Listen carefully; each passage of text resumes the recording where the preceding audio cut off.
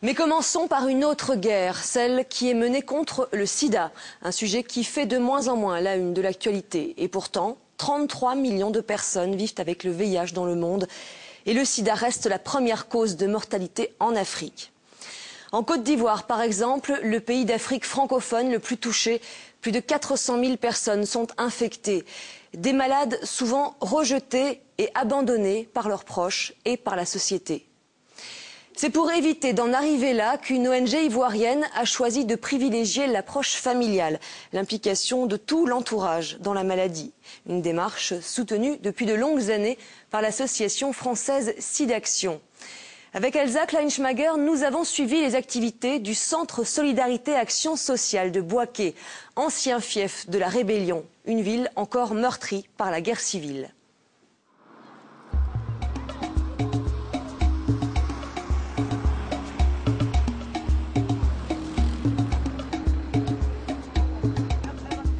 Un jour ordinaire, une affluence ordinaire au Centre Solidarité Action Sociale de Bouaké, le centre SAS comme on l'appelle ici. Beaucoup de femmes, des enfants, quelques hommes, venus consulter les médecins et les conseillers sociaux ou retirer des médicaments à la pharmacie. Tous vivent avec le VIH.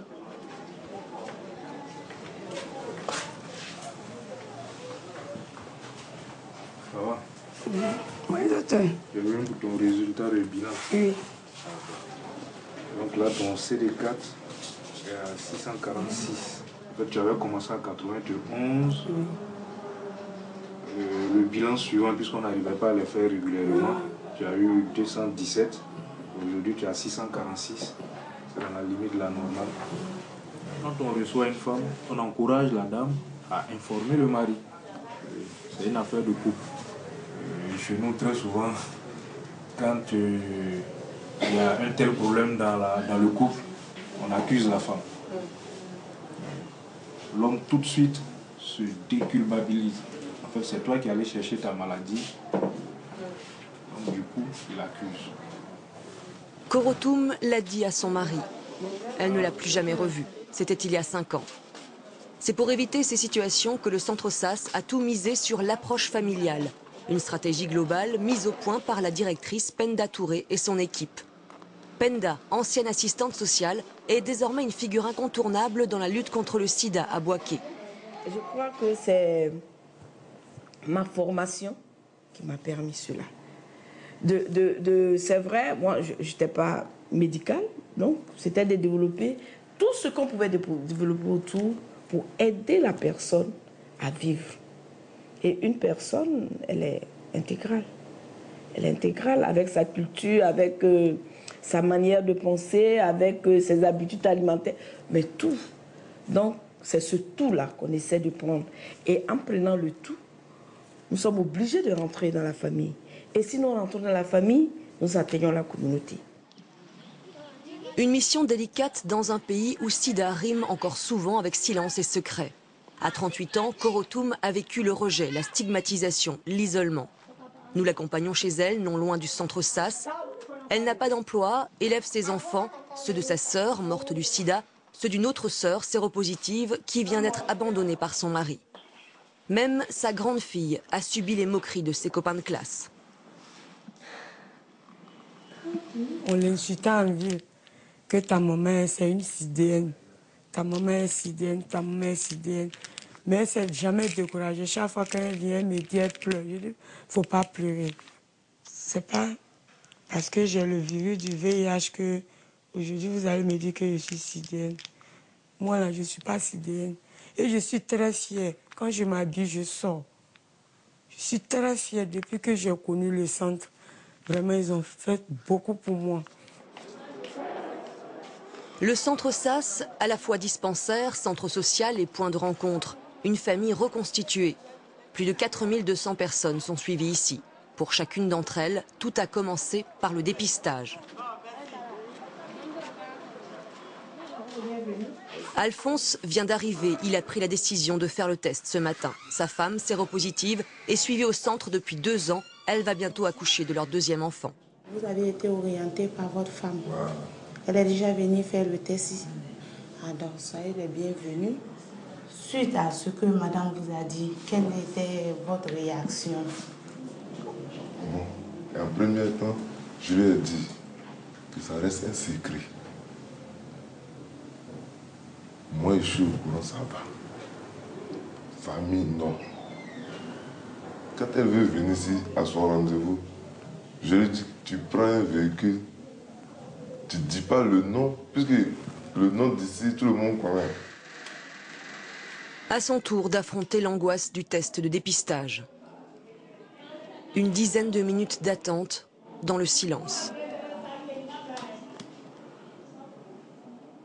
Le premier, c'était pour savoir si vous étiez positif. Lorsque les 2 traits apparaissent, ça veut dire que vous êtes positif. Ça va? On va maintenant vers l'autre côté.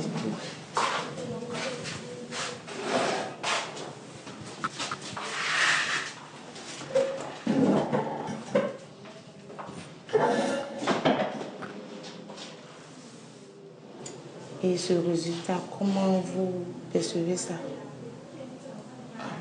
C'est bien fait. Oui. Je ne peux pas changer. D'accord. Ce qui est sûr, ce n'est pas la fin du monde. Il faut le savoir. Il faut se dire qu'aujourd'hui, on peut vivre avec le VIH. J'aimerais savoir quelque chose. Oui. C'est le genre de médicament. Oui. Ça guérit. C'est vrai, ça ne guérit pas, mais ça freine l'évolution de la maladie. Elle m'attend à la maison. Je vais partir. Je lui dis quoi? Par quoi commencer? Elle va me poser la question. Tu es parti, comment ça s'est passé? Je ne vais pas lui mentir. Je lui dis, ah bon, ma chérie, comme c'était ainsi, ce matin, je suis parti. Je suis comme toi. Donc, si on peut garder le secret. Voilà. Un secret lourd à porter. À Bouaké, la pandémie de sida s'est répandue depuis la guerre civile de 2002. Les hôpitaux avaient fermé, les médecins étaient partis, les campagnes de prévention n'étaient pas la priorité. Il reste d'ailleurs de vieilles affiches obsolètes et hors de propos qui font l'apologie de l'abstinence. La ville est aujourd'hui en convalescence. Les affaires tournent mal, il n'y a pas de travail, pas d'argent. Le centre SAS célèbre cette année ses 15 ans d'existence. La petite structure du début est devenue grande. L'association française SIDAction a participé à cette expansion. En 2007, un service pédiatrique est né. Il accueille 400 enfants, dont beaucoup d'orphelins. Bonjour, Tati. Sautez, sautez. Sautez, sautez, sautez. Tournez, tournez. Tournez, tournez. Tournez, tournez. Madame Ouattara est venue prendre conseil auprès de l'assistante sociale. Sa fille est morte, laissant une fillette malade. Une fillette dépistée positive. Elle a 12 ans. Comment lui annoncer? Ce que je veux te faire comprendre, c'est que il faut qu'elle soit informée de son statut. C'est ce que je Alors, dans ce cas, il faut commencer à la préparer. Oui, c'est important. Mais je n'ai pas essayé de la parler. Si tu penses que ça ne va pas être facile pour toi de l'informer de son statut, il n'y a pas de problème, on va t'aider. Comme je l'ai dit, de temps en temps, tu parles de VIH avec elle, tu lui poses des questions et tout. Et tu viens nous voir. Nous, on saura comment nous prendre avec elle. Et puis, on va lui annoncer son statut. Mais il faut t'attendre à ce qu'il y ait une réaction. Voilà. C'est chaud. Allez, on dit quoi? Ça va? Oui, ça va. J'avoue que c'est pas quand même facile au début de dire à un enfant que tu es. Mais quand même, ce que je retiens, c'est que pratiquement tous les enfants qui savent leur statut prennent correctement leurs médicaments.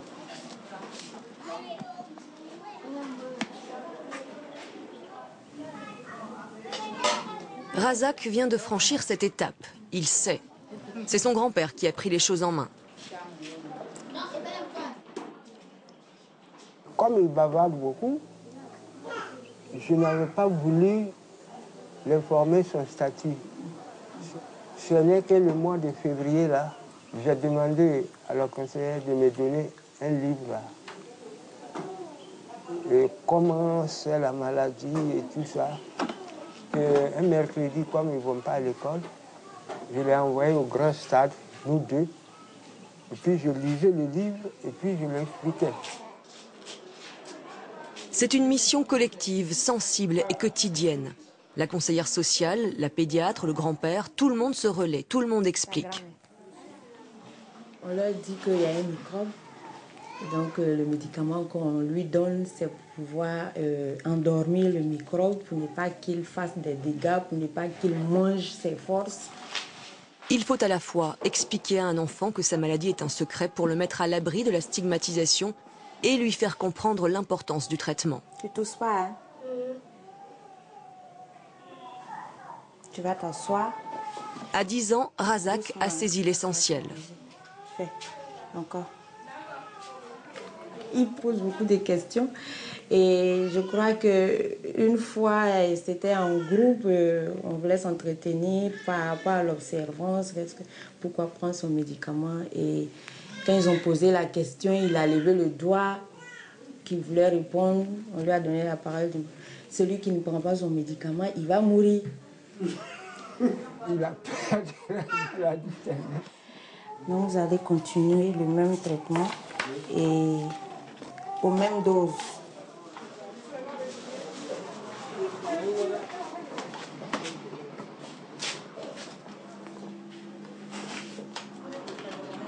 C'est 1 à 7 heures.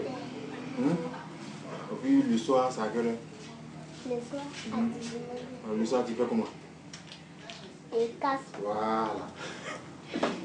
En Côte d'Ivoire, les antirétroviraux sont gratuits depuis moins de 2 ans. Avant, il fallait non seulement les acheter, mais aussi souvent aller les chercher à Abidjan, à 350 km de Bouaké.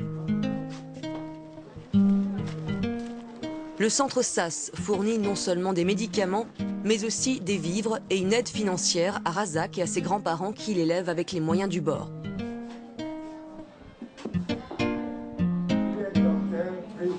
Ce bébé-là, il était tout le temps malade, tout le temps malade, tout le temps malade. C'est cette maladie-là qui le fatiguait.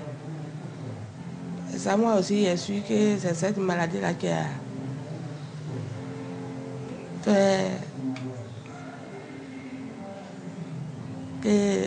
partie de ses deux parents.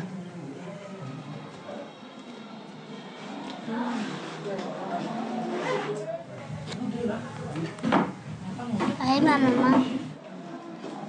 Et ma maman. On dit qu'il ne faut pas y aller dire à quelqu'un, même mes amis. Et qu'il n'y a qu'à garder ça un secret. Les grands-parents ont aussi fait le test du VIH. Résultat négatif pour le grand-père, positif pour la grand-mère, mais elle n'a rien dit à ses enfants. Si tu arrives, tu dis le maître que je t'avais accompagné à l'hôpital. Le cadre me surprend. Hein? Il te demande quoi. Hein? Tu dis que toi tu ne connais pas, on t'a envoyé à l'hôpital pour moi. Hein? Okay. L'école, Razak aime beaucoup y aller. Il a pas mal été absent ces derniers temps à cause d'une co-infection VIH-tuberculose, mais il va mieux et peut reprendre sa scolarité.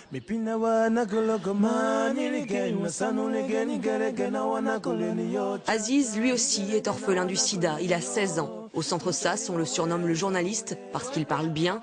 Mais lui, il veut être juriste plus tard. Voici le bulletin du premier trimestre. Tu as bien travaillé, j'espère. Oui. Et même deuxième. Tableau d'honneur, assez bon travail. Attention en histoire et géo. Aziz vit dans cette famille d'accueil. Sa tutrice, Madame Zongo, travaille au centre SAS. Ils se sont choisis, tous les deux. Moi, je suis conseiller d'éducation de formation. Donc c'est après ma retraite que Madame Touré m'a demandé de venir l'aider, surtout dans la prise en charge des adolescents. Donc en dehors d'Aziz, je rencontre beaucoup d'autres. Mais c'est lui que j'ai gardé à la maison. Voilà. Et Aziz a décidé de rester dans cette famille qui lui a ouvert les bras. Tout le monde l'a adopté. L'une des sœurs de Madame Zongo est tout particulièrement chargée des médicaments. J'exige qu'il me présente d'abord et puis il les avale devant moi. Je peux me présenter et puis aller jeter ça. Il y a plusieurs années déjà, Aziz a lu la notice pour comprendre pourquoi il prenait ses cachets depuis tout petit. ces comprimés sont utilisés pour stabiliser le VIH-1. Voilà. Bon, c'est à la vue du mot VIH que j'ai compris.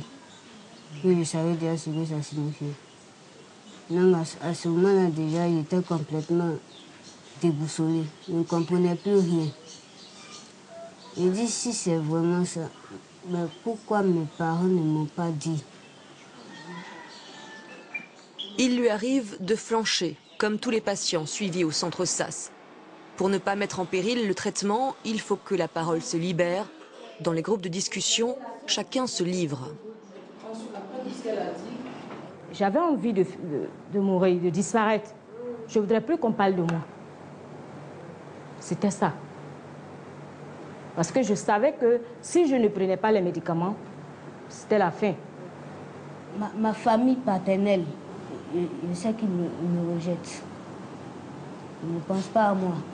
Donc cette idée-là déjà, à un certain moment, lorsque j'ai compris cela, ça a joué vraiment sur ma prise des médicaments. Et je suis retombée encore malade.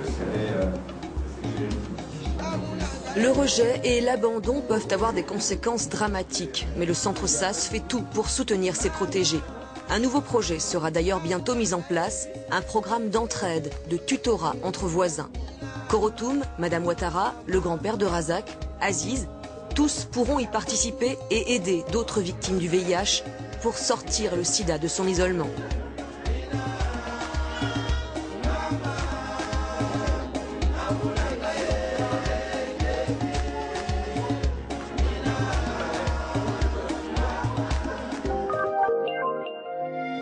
Et si vous souhaitez soutenir le centre SAS dans ses projets, vous trouverez plus d'infos sur notre site internet, avec notamment un lien vers la page web de SIDAction pour faire vos dons.